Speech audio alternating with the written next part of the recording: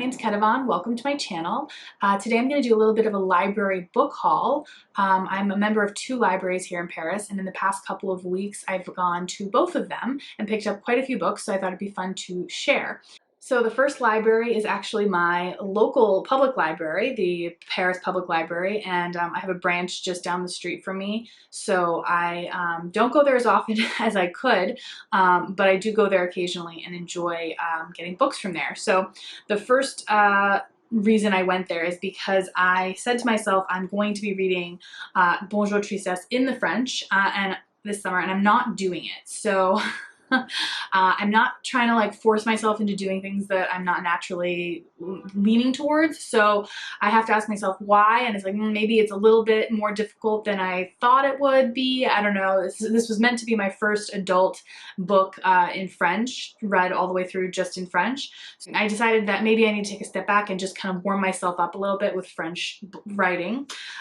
So to do that, I got 3 children's books. So the first one is just a little, like, you know, a little tale from Senegal, a little like, you know, the children of the antelope, like a little folk tale, definitely for children, but it is, you know, pretty like decent text there, so it's not quite as children-y, so hopefully that'll be a nice little, you know, warm up.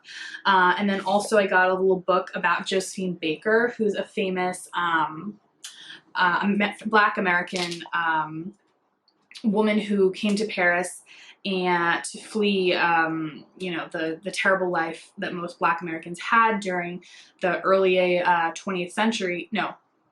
Yeah, the early 20th century. And this one, again, it's a children's book, but it has like, you know, it's quite chunky. It's not, you know, like 2 lines per page kind of thing. And I am very familiar with Josephine Baker. She's a very cool person if you don't know much about her. She was a dancer, but also became like a spy during World War II. So I know a lot about her life. So I thought this would also be like a nice, gentle, quick, easy thing. And then I also got this little collection of tales from Algeria. So Aux origines du monde is like the origins of the world. What's Conte? Accounts, tales, I guess, and traditions of Algeria. So I thought that would be kind of fun. And these are very short. Some of them are like 1 paragraph, but a lot of them are a couple pages, and they have like really nice illustrations. So I thought this would also kind of like just be like a fun, you know, engaging way to practice. And then, so the way the library works in Paris is that I think it's pretty typical, at least in the United States, for all the branches of a public library to kind of work together and have like a process. So in Paris, that's not the case. So if I want to borrow a book that's not physically located at the library branch that I typically go to, I can't request that book and have it be sent there. So I have to physically go to the branch where it is, get that book, and then take it back home and then return it back to that original branch. So I don't typically do that because that's very annoying. But I was passing by one of the branches that has a lot of English literature. So my branch, I think, only has like 500, maybe 1,000 books in English, and other branches have like between 1,500 and 2,000 different books in English. So I just was walking past one and noticed like, oh, this is one of the bigger English branches. Let me just go in and check it out. And I didn't pick out any of the English books, but I did find a little bilingual edition of Curious Case of Benjamin Button by F. Scott Fitzgerald. So each page, one side is French, one side is English. And it is meant for French people to learn English, so it's not like all the little, like, you know, little things at the bottom are like explaining English words in French, so it's not applicable to me. So I've actually never read The Curious Case of Benjamin Button by Fitzgerald, even though he is one of my favorite authors. So I thought this would be a really nice introduction to the story, and also a good chance to practice a little bit of French. So that's that book. And then all of these were from the public library, but I'm also a member of the American Library of Paris, which is a private library that you pay to be a member of. And it's not expensive, but it's definitely not a public library. And I actually got quite a few books there. I went there yesterday with my friend Hannah, and we just, you know, stocked up. So the first one I got was one I had my eye on for a while.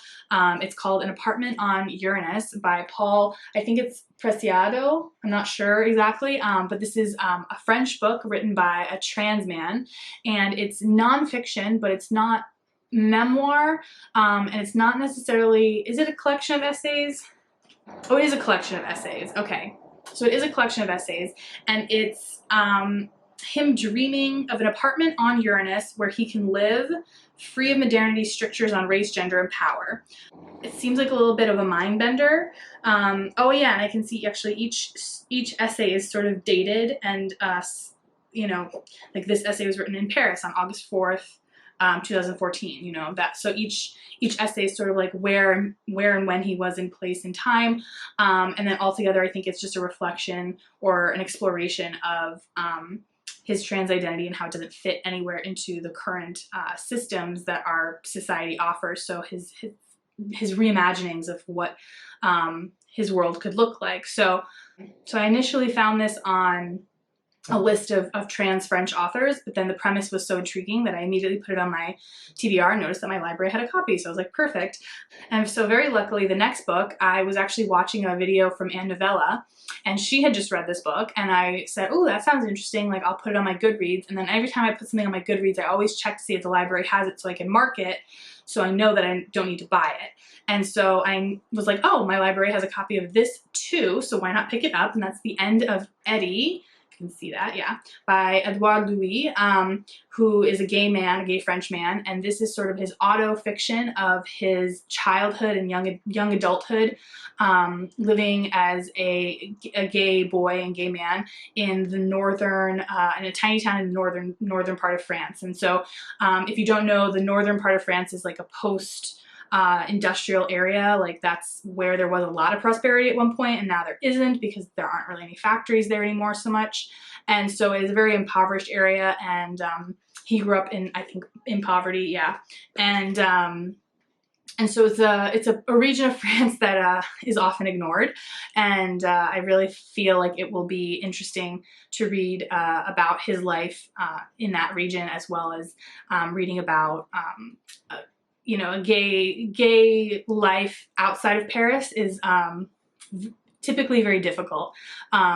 Maybe not literally this year in most places, but historically, you know, Paris was very accepting and great for a lot of different people, but that wasn't necessarily true for the rest of France. So very curious to see this. It's very short, it's less than 200 pages.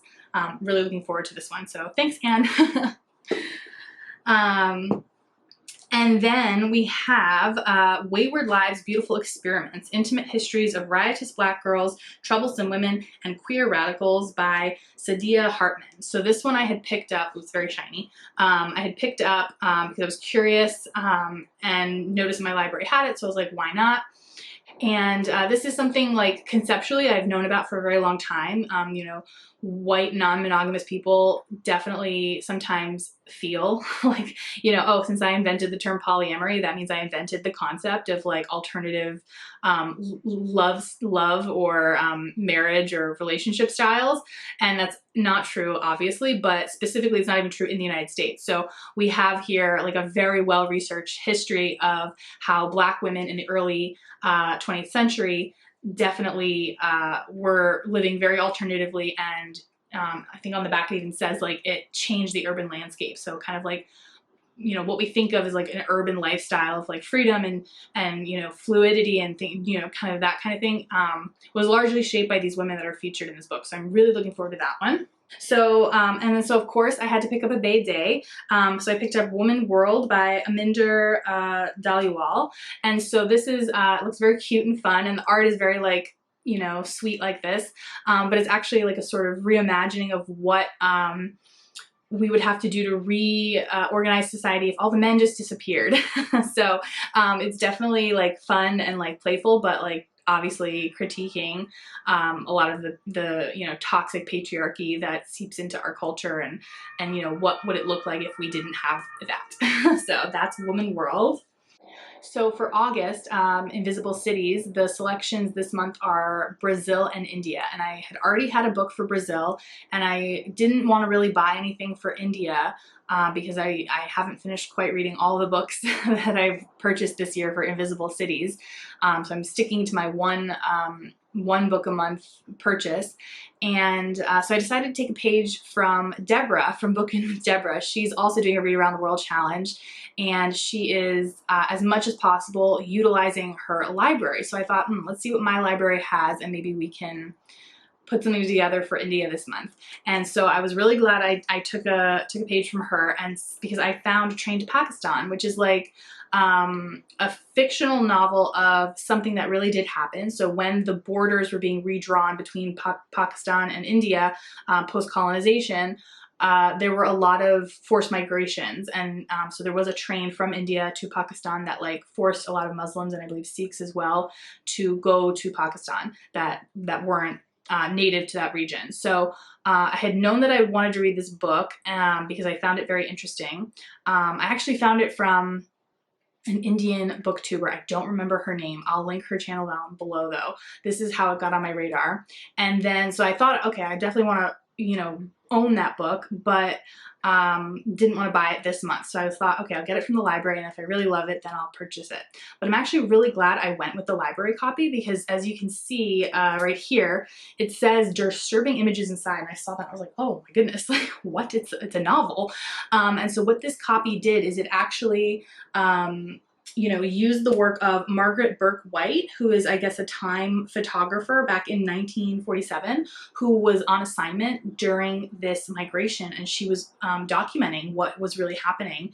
And this is a publication that published a fictional novel of real events, but accompanied it with the real photos from actual history. So I thought that was super interesting. I've never seen that done before. Really intrigued me.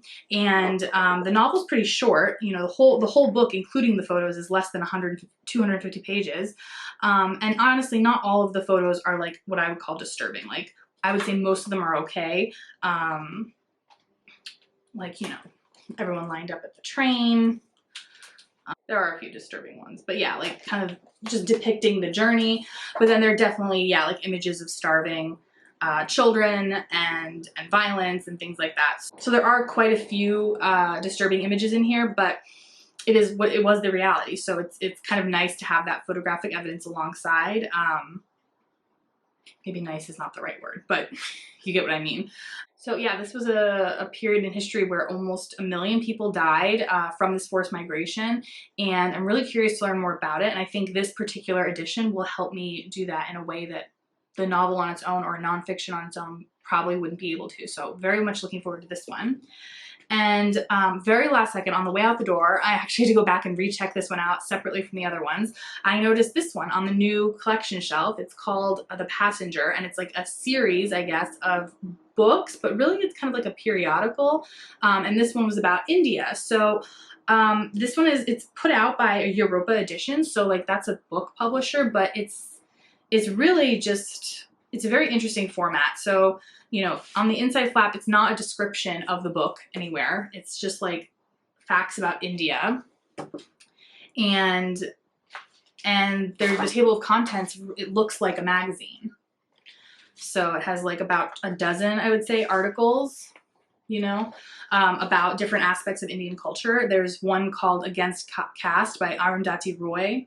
And there's another one that I'll definitely read this one before I start reading any fiction. It's called There's No Such Thing as Indian Literature, and it's basically explaining that because there are so many languages in the country of India, you can't really say Indian literature because each language is going to have its own unique thing and you know, movement and history behind it. So Indian literature is a bit of a misnomer. You can't really say Indian literature the way you can say with like Russian or French literature. So I think this will be a really great accompaniment to my Invisible Cities reading this month, and I'll definitely read a few of the articles and report back and let you know what I think. But that is The Passenger with India as the featured country. So those were all the books I picked up from the library. I think there's more than a dozen of them, so we'll see if I get to actually read all of them. But in the meantime, if you've read any of these or if you have any other suggestions for similar books, please let me know. And until next time, bye!